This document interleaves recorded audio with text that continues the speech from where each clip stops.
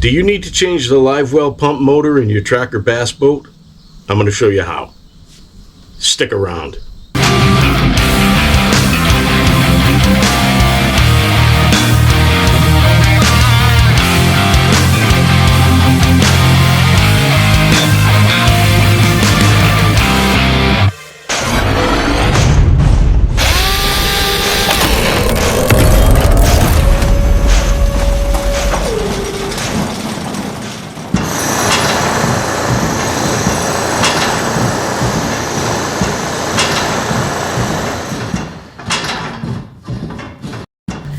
Hey folks, Keith here at Chicken Thigh Fishing. Welcome aboard and welcome to the Getting It Done video series.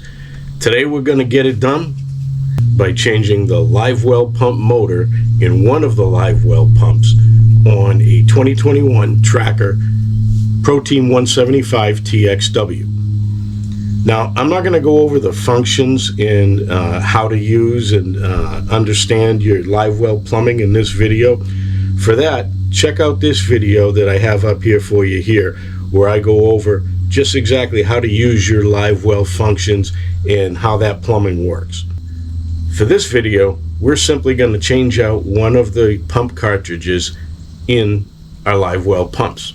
Now, on this boat, and probably many similar boats, you have two livewell pumps because one serves a purpose of filling and aerating, and another may serve the purpose of recirculating or pumping out your livewell. So in this boat in particular, we have three pumps. We have two livewell pumps and a bilge pump.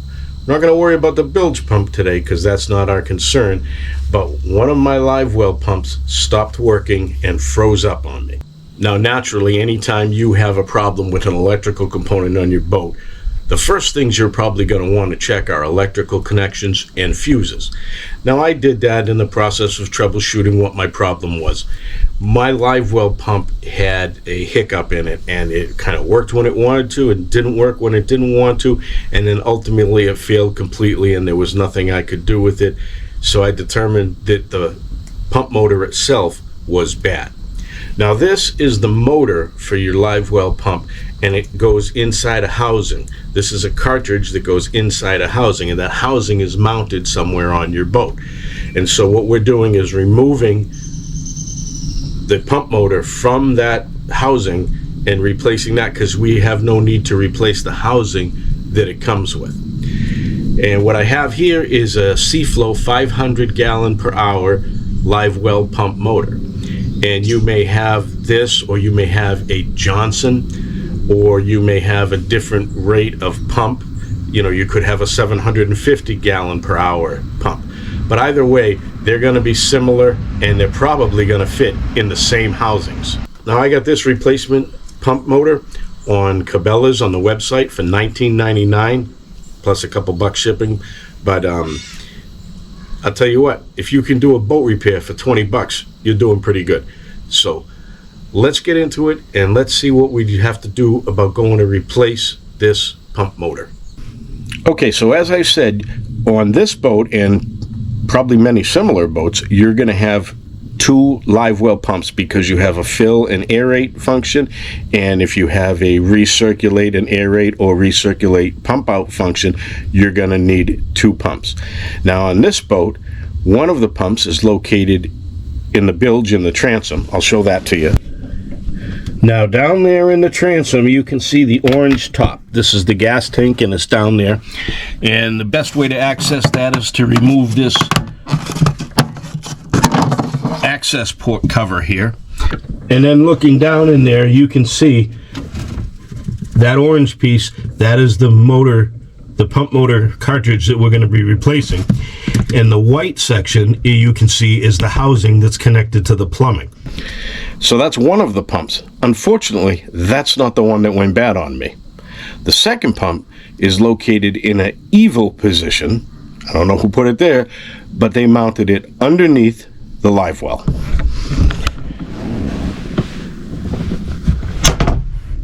So in here is your livewell. And now underneath this livewell is mounted the canister for the pump that we need to get at today.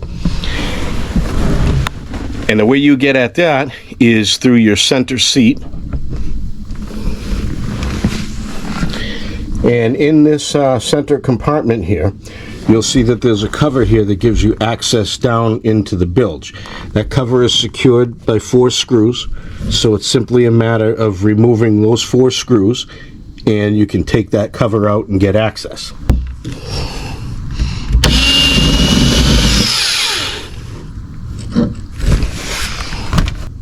So these are square head drive screws that come all over the boat. And so now when you have those 4 out, you can simply remove this panel, and you will see that you have access down underneath here. Now I've already been down in here mucking around, so that's why you see the wires here. And I'm going to shove the camera down under there because I've never actually seen it. I can only feel it. So I'm going to shove the camera down under there, and we're going to see if we can see the housing for that live well pump.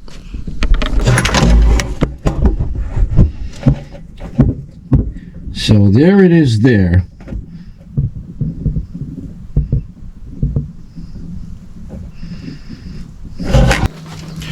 So what you're going to need to do in order to access that is to reach down underneath, and you're going to twist off the pump cartridge that goes inside the housing. Now on the top of the housing, you will see that it has this handle, and one way is to lock it and another way is to unlock it. It's got these little nubs here that kind of go in slots, and that's how it secures in there. And it's not much of a turn. I mean, it's not even a quarter of a turn. You just get a hold of it and you turn it to unlock it, and then you're able to pull it out. Now if it sticks a little bit, you can tug on these wires here. I wouldn't tug on them too bad, but if you're getting rid of it, who cares anyway. But once you turn this and unlock it, you should be able to pull it out either by the wire or like this, and pull it out, and there you have your cartridge. Okay, so let's reach under there and we'll twist that and pull it out. I'll show you what that looks like.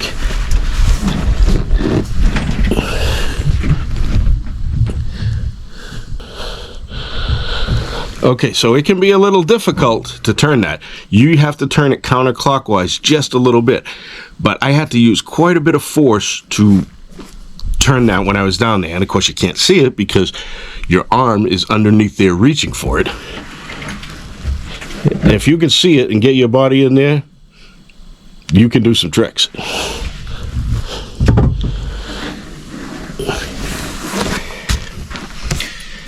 So there we have the cartridge removed. So here's your cartridge, and along with the wiring, and this is what goes into that housing that's mounted underneath there. Now when you pull that cartridge out, you're going to see the wiring, and you're going to see that the wiring goes down to a plug harness here, and that plug harness connects to the connecting wire in this wire loom that goes all the way to the back of the boat and connects with your other wiring for power. So all you're going to do is release this clip here,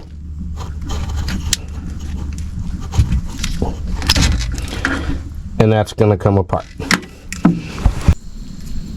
So now you have your bad cartridge removed, and you have the wiring and the plug. And now I noticed with the new one that it did not come with a plug. It just came with, you know, 2 wires that come to an end. That being the case, what we'll do is we will cut a length of the existing wire off the bad one, so we have this plug here, and we'll connect that to that wire. That way we're able to plug it right back in. Now you don't necessarily need that. You could simply connect wire to wire down there, cut that plug end off down there, and then connect it wire to wire with butt connectors or what have you. But I like the idea of having that plug there so it's easily removable. So what I'm going to do is cut this plug off the bad one and attach it to the new one so we can then plug in the new one. I don't know why the new one didn't come with the plug, but it didn't. So now, for the benefit of those of you who aren't familiar with doing minor electrical work, I'm going to show you how to do this. If you already know how to do some electrical connections and things like that, then you don't have to worry about it.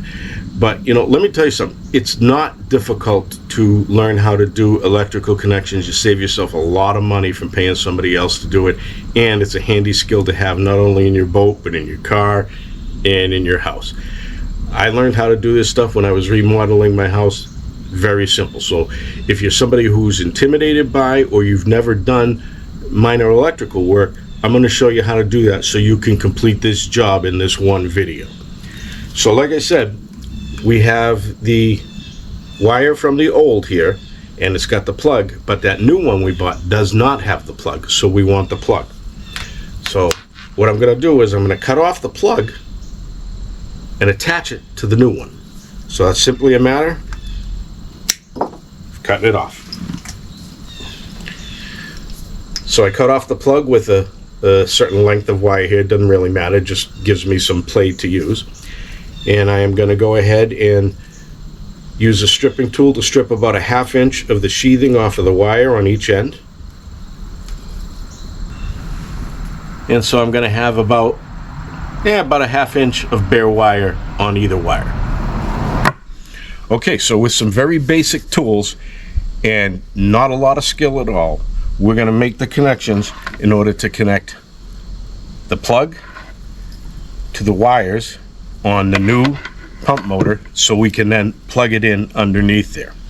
Now you saw that I stripped the ends with a wire stripper. You can get these anywhere. They're short money. Should always have a pair of these on hand if you have a boat, because you're going to want to do some minor electrical work probably pretty frequently over the lifetime of your boat.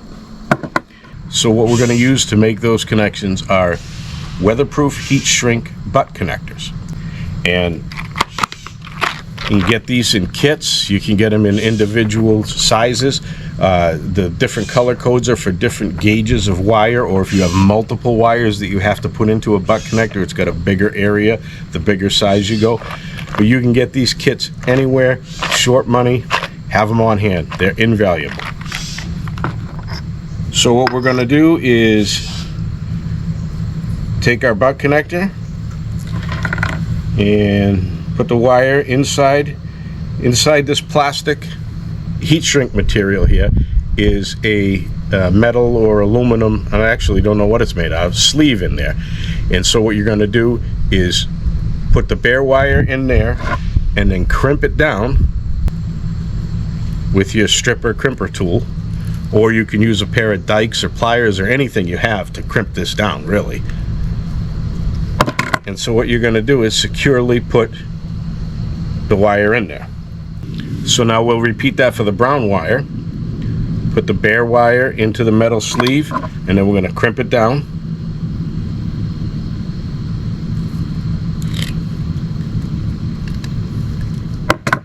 And so now we have butt connectors attached to one end of the wire. So now I'm going to take the end of the wires from the pump motor itself, and we're going to connect those to the other end of the butt connector. But before I do that, I'm going to add some heat shrink tubing.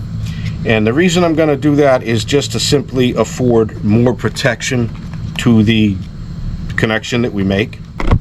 And so now you can get kits of assorted different lengths and sizes of heat shrink for various projects you're doing. Again, this is an invaluable thing to have around the house for stuff you want to do related to electrical connections. So I have 2 pieces of this heat shrink tubing, which is going to go over the waterproof butt connector. Now it's not absolutely necessary, because the butt connectors themselves are heat shrink and waterproof, and it might be a little bit of overkill, but I like overkill when it comes to my boat and when it comes to electrical connections, especially ones that may see moisture or water. So prior to attaching these wires to the butt connector, we're going to put the heat shrink tubing over the wire, because of course once we make the connection we won't be able to put it on. So I'm just going to slide a piece of heat shrink tubing over each end so it's on the wire, and then we'll go ahead and make our connections. So we'll make sure we go black to black, and we'll put in the other end into that metal sleeve inside the butt connector, and then we'll crimp it down.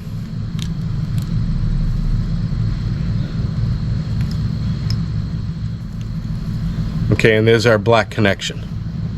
So we'll do the same thing with the brown.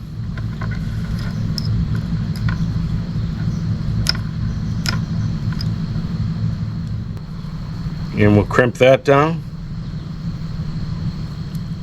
All right, so now we have our connections. We have the new pump motor with the wiring, and we have it connected to the piece of plug that we cut off from the old one that we took out. So now we're going to apply heat. Now for heat shrink, you can use a heat gun, good to have around, or you can use any source of heat really. You can use a small torch or a lighter or whatever you need to do. I would just caution you one thing. If you're going to do this on your boat and you're using a heat gun and you're applying heat to butt connectors, be cognizant of what is behind where you're working. Because if there is carpet, for instance, behind there, while you're applying heat, you're going to cook and melt your carpet. Trust me. So it's good to hold it up in the air, make sure there's nothing behind you, especially on your boat. You don't want to melt a piece of a seat or a cushion or your carpet. So now we're going to take and apply heat to the connectors.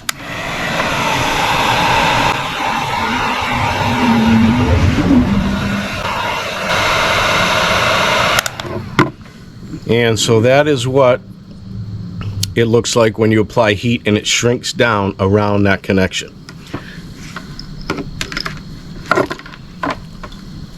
So now I'll apply heat to the second one.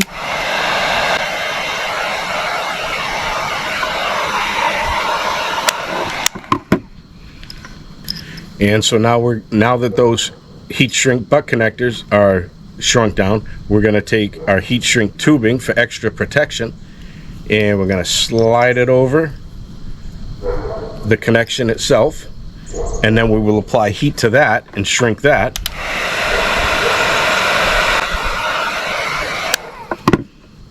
And so there you have a solid electrical connection.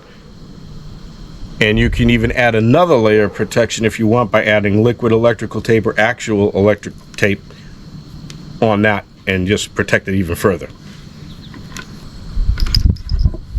So the second connection here.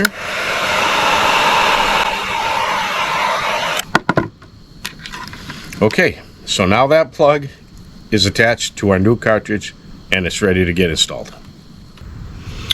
Okay, so now I'm going to go ahead and down there, plug this in.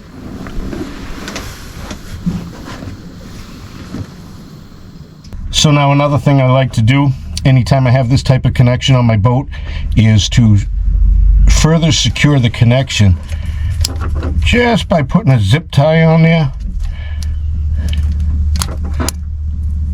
sliding it through the wires on either end.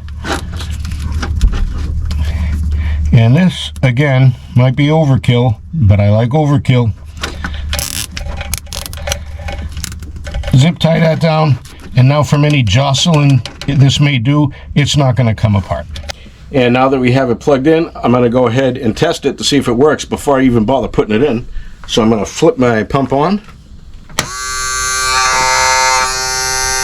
There you go. All right. So now that we know it works, I'm going to go ahead and put it in. So it's simply a matter of reaching down in there, putting it in, and also inspect, make sure this O-ring is fine. You're getting a new product, so it should be just fine, but it's got to have this O-ring for the seal there. So we're going to stick it in, and we're going to turn it about not even a quarter turn, and pull on it, make sure it doesn't want to come out, and it's in. So now that we have it in, we'll test it out again. There she is. Okay. And so there you have it. That one's installed. And the one last thing I'm going to do is I'm going to take that wiring and I'm going to get some Gorilla Tape or something to tape it up so it's not laying down in the bilge. So when water gets in there, it's not submerged in water. Probably would take a long time for that to do any harm to it. But still, I like to keep wiring out of water. Call me crazy. So I'm just going to tape it up underneath so it's not laying on the floor like you see it in there on the bottom of the bilge. This is our bad pump cartridge. See you later. So all I got to do is replace this panel inside there. So there you have it. We have one new live well pump motor installed, and we are good to go. So once you identify which one it is, if all you have to replace is that pump motor, that's a good deal. Because if you have to replace the whole canister for some reason, that would be difficult to get at under there. I might need somebody a lot smaller and more flexible than me to get down in there and get at that. But all we needed to do was replace that pump motor. And I'll tell you what, anytime you can make a boat repair for 20 bucks, that, my friend, is a win. So it's an easy job, easy tools, and if you never did electrical work before, trust me, you can make those electrical connections. As you saw, very easy. You just need a few simple products to be able to do that, and you're done. I hope this video was a help to you, my fishing friends, and we will see you next time. Until then, stay fishing, my friends.